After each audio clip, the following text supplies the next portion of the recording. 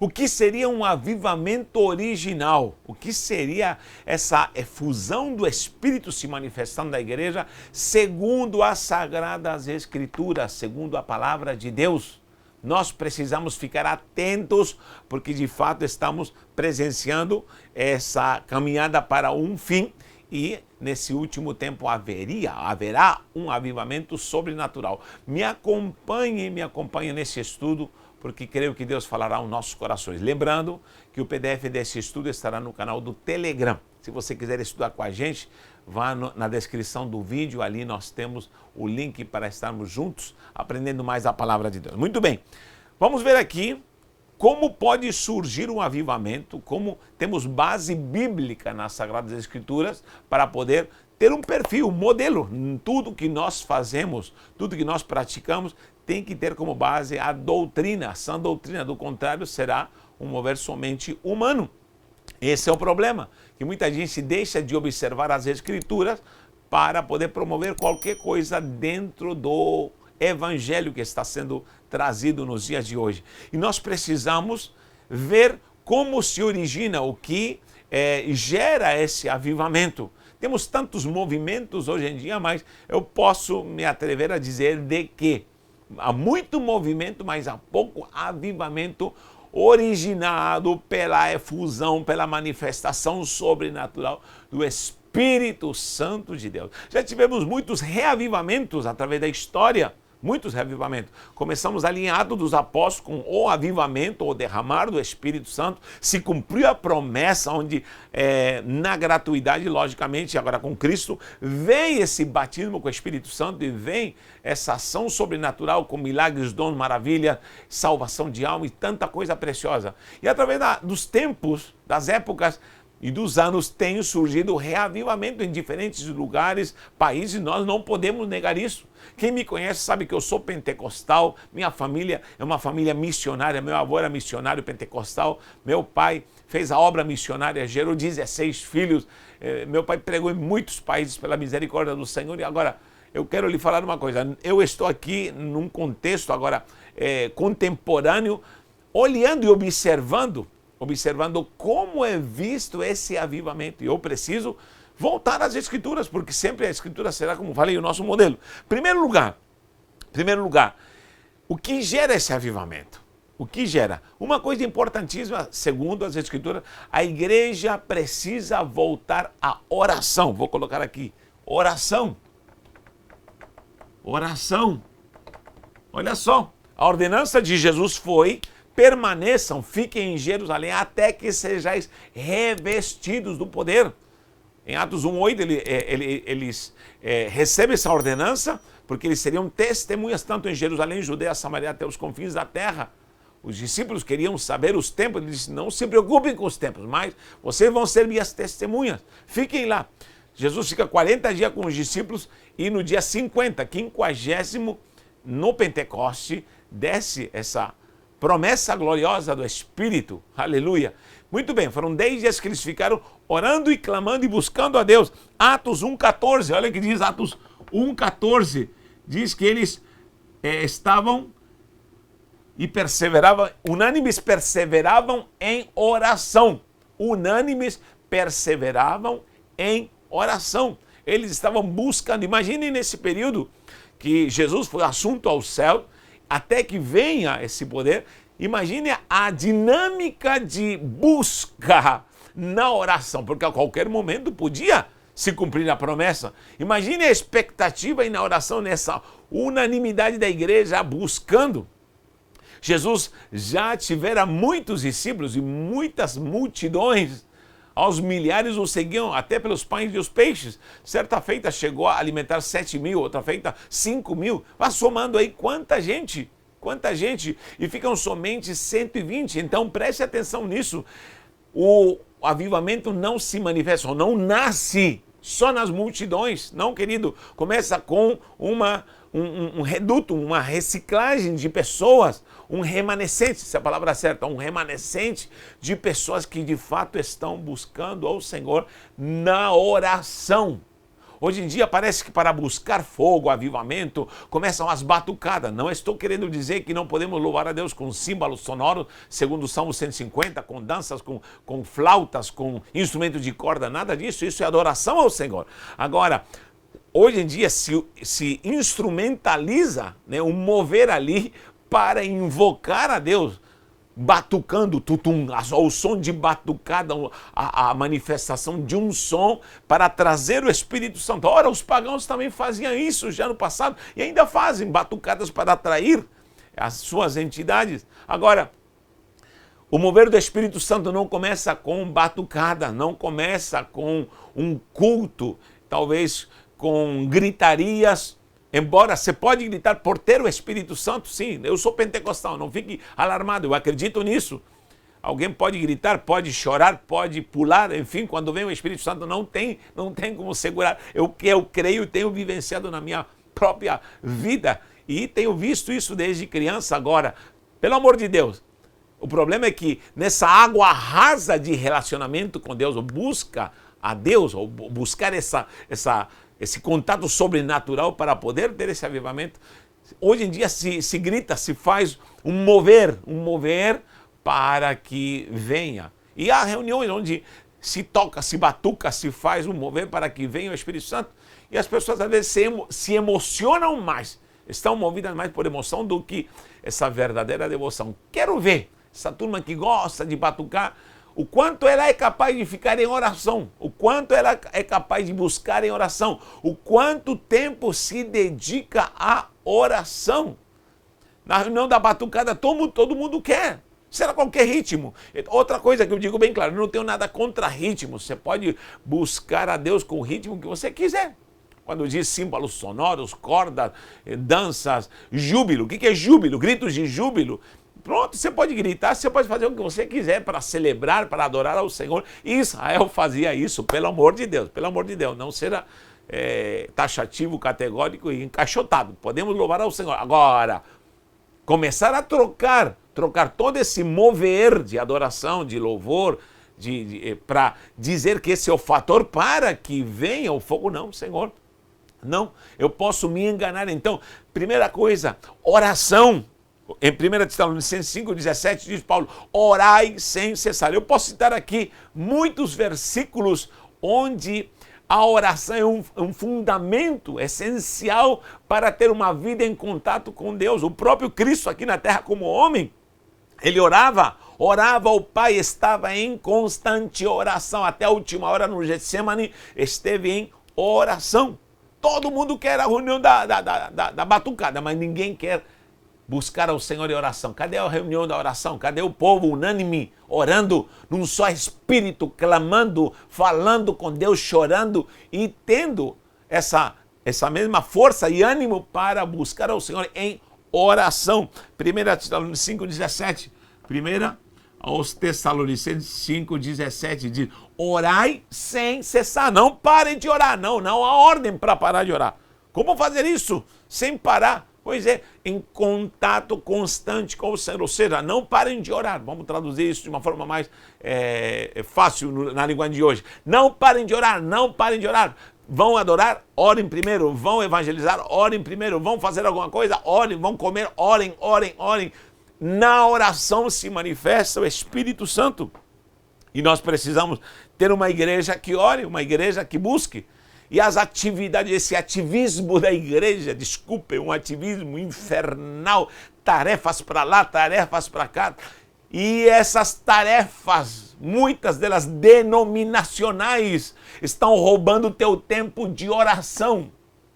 Ah, meu Deus, se pudéssemos tirar um dia inteiro para orar, somente para orar, para rever conceitos, para entender o que Deus quer, para ter o discernimento e a revelação de Deus. Então, a igreja precisa de oração, a igreja tem muita agitação, a igreja tem muito movimento, a igreja tem muita atividade, mas está faltando o que havia em Atos dos Apóstolos, juntos, unânimes estavam em oração e perseveravam. Por que destaca perseveravam? Porque a tendência humana é começar a oração e ir minguando.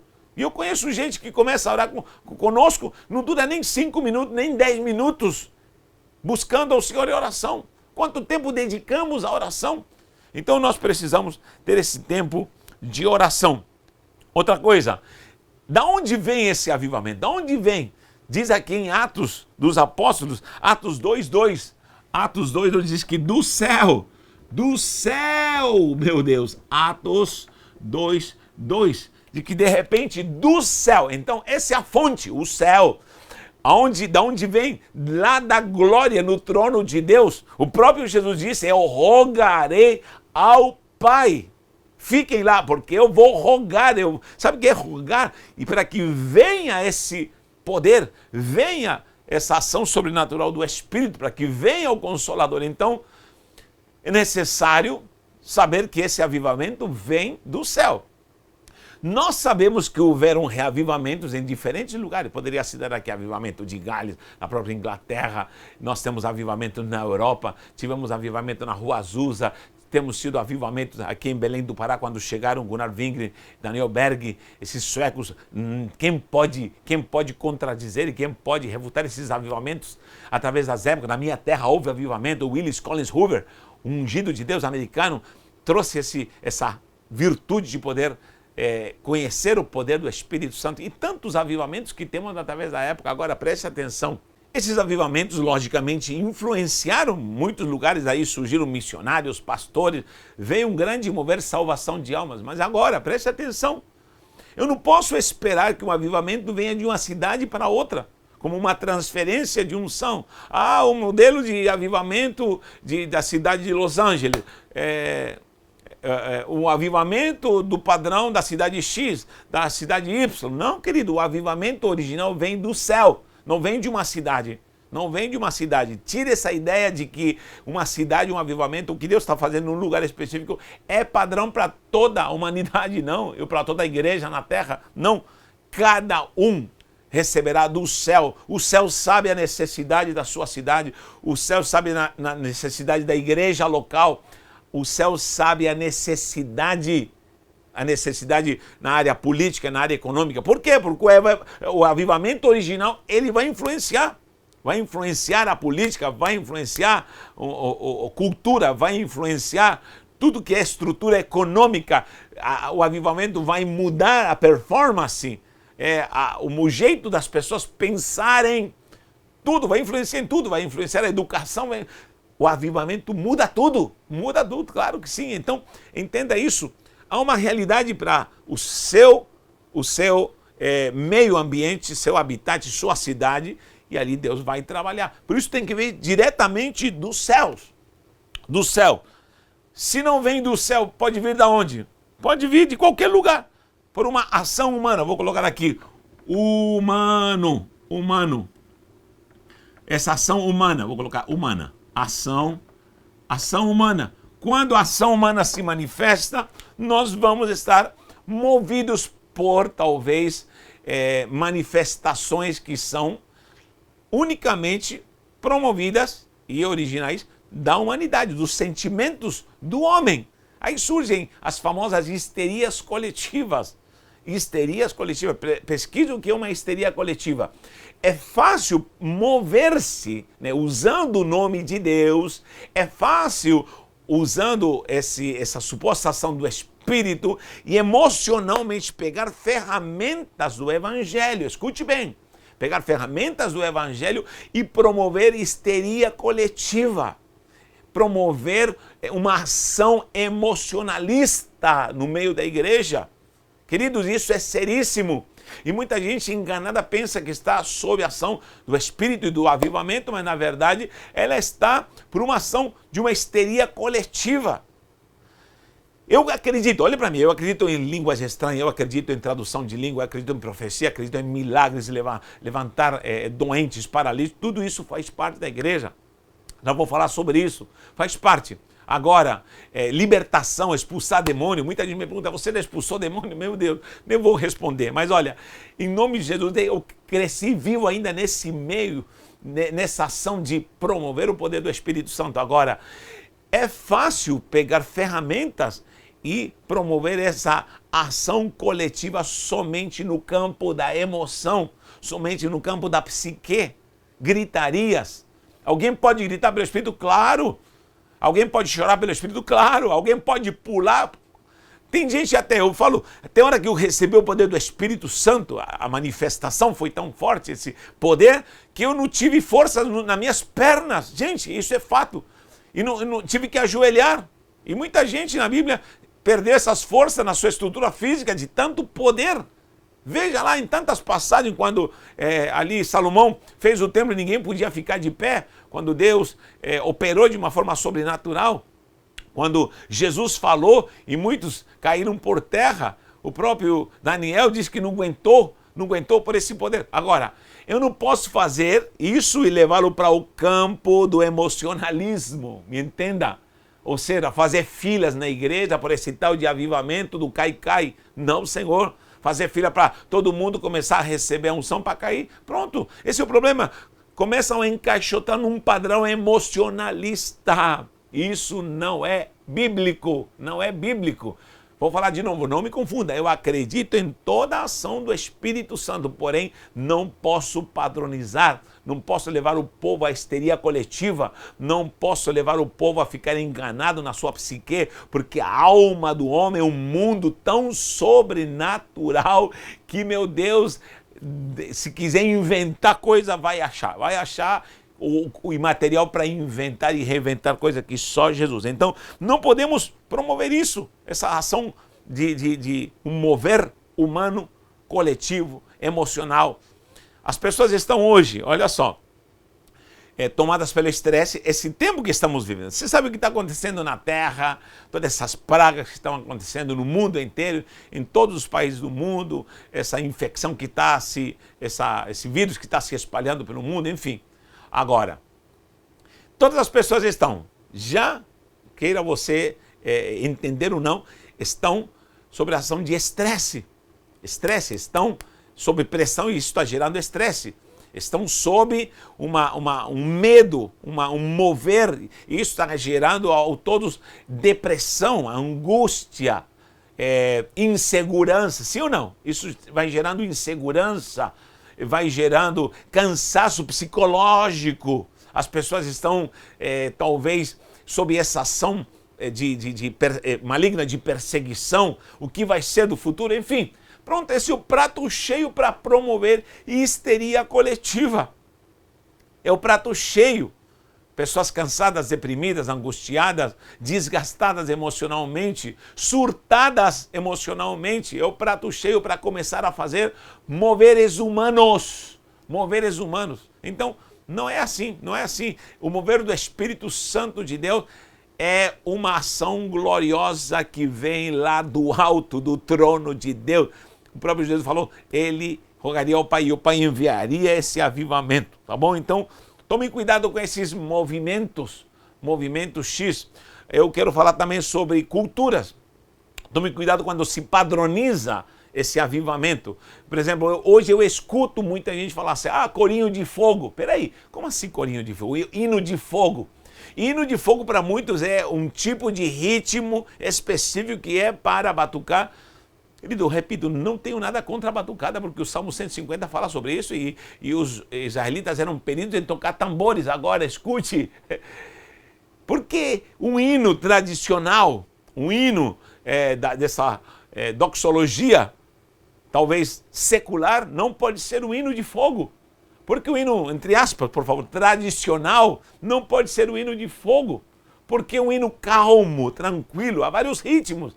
Não tenho nada contra ritmos, valsas, marchas, enfim, com todos os ritmos se louva o Senhor. Agora, por que esse corinho específico, principalmente de um ritmo um tanto mais apimentado, mais movimentado, vai ser chamado corinho de fogo? Então aí começam esses paradigmas humanos a atuar dentro da igreja, aí começa a confusão, e aí começam a falar, vamos cantar corinho de fogo, desde quando? Existe esse padrão, hino de fogo, ou hino talvez de calmaria, ou hino para alguma coisa. Queridos, tome cuidado com esses movimentos, porque nem tudo que diz Senhor, Senhor, entrará no reino dos céus.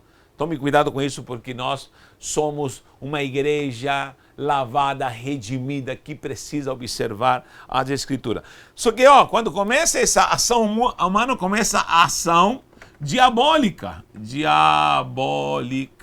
Meu Deus. Nem escreveu o diabo direito aqui, ó. Diabólica, algo diabólico. Diabólico. Quando você tem o diabo se manifestando. Quanta gente que começa com histerias, com padrões humanos que você talvez vai experimentar que não procedem do Espírito Santo. E as pessoas começam a receber demônios, começam a receber espíritos de confusão. Aí começam a surgir fábulas, começam a surgir, entre essas, doutrinas, mas doutrinas de demônios, doutrinas de homens. Tome cuidado. Isso não significa que nós não podemos dar liberdade ao Espírito Santo. Sim, ele vai ter liberdade. Você sabe do que eu estou falando. Há liberdade no Espírito, há liberdade para dons, há liberdade para chorar, até para gritar. Não há problema. Os gritos aparecem na Bíblia desde a cultura judaica até a igreja. Não pode ser fora de ordem. Sim, há coisas que precisam ser feitas em ordem, principalmente a manifestação dos dons, para que não vire bagunça, ordem e decência. Sim, temos que ter ordem. No entanto, porém, todavia tem uma hora que vão nos chamar de loucos e de bêbados. Chamaram assim a igreja de Atos, diz, não estão bêbados, imagine. Todos, um grupo de pessoas locais reunidas, 120, foram taxados de bêbados. Como eles estariam cheios desse avivamento ou do Espírito Santo para serem taxados como bêbados? Bêbados. Imagina como andam bêbados, como falam bêbados. Imagina. Então, o negócio é para se pensar. No entanto, sempre ordem e decência vai ser o padrão doutrinário. Ordem e decência. Tá bom?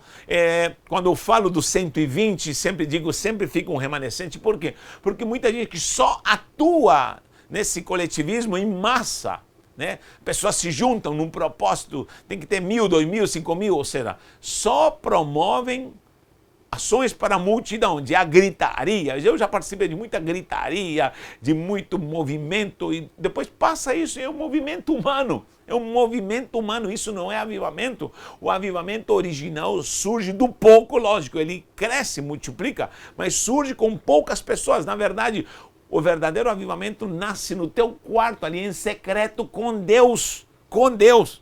Então, nós precisamos tomar cuidado com isso. Eu louvo a Deus por essa ação pandêmica aqui na Terra. Por quê? Porque isso, meu Deus, deu uma peneirada boa em tanta coisa que se diz avivamento, tantos congressos que se dizem de avivamento, tantas reuniões que se fazem e se promovem com terceiras e quartas e quintas intenções, mas não são avivamento coisíssima nenhuma, são movimentos humanos e muita gente tomada por esses movimentos, só que por trás a corrupção, a coisa maligna, como falei, interesses que não agradam ao Senhor. Então, nós precisamos tomar cuidado com isso. Outra coisa, se é avivamento, palavra.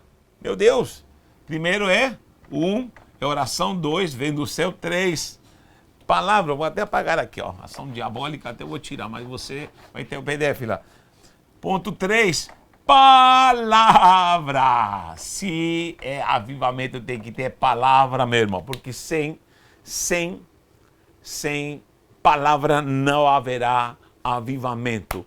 Eu já fui em lugares que cantaram lindo, cantaram maravilhoso, pessoas choraram, pessoas gritaram, fizeram tanta coisa, dançaram, fizeram coreografia, fizeram teatro, e o pastor que me convidou me disse 5 minutos para pregar. Falei, que avivamento é esse? Que avivamento é esse? Que igreja é essa que é capaz de fazer tanta coisa, mas não é capaz de escutar a voz de Deus? Então, se esse movimento não está dando tempo devido para a palavra, segundo, a importância para o que a palavra diz e estabelecimento da sã doutrina, não é avivamento, é agitação, é barulho de latas, é agito humano, porque o verdadeiro avivamento promovido pelo Espírito traz a voz de Deus. Você vai ver muitas vezes quando Deus falou no meio do fogo. Havia fogo, mas Deus falava no meio do fogo. Não esqueça que Moisés estava no Sinai pegando fogo e todo mundo ficou aterrorizado, mas Deus falou e revelou a Torá para Moisés, a palavra no meio do fogo. Se no meio do fogo não há a palavra, esse fogo vai apagar. ou talvez nem ser oriundo de Deus. A palavra de fato vai trazer o fogo e também a palavra vai confirmar esse fogo do avivamento. O que aconteceu em Atos 2:3? Pedro se levanta com autoridade.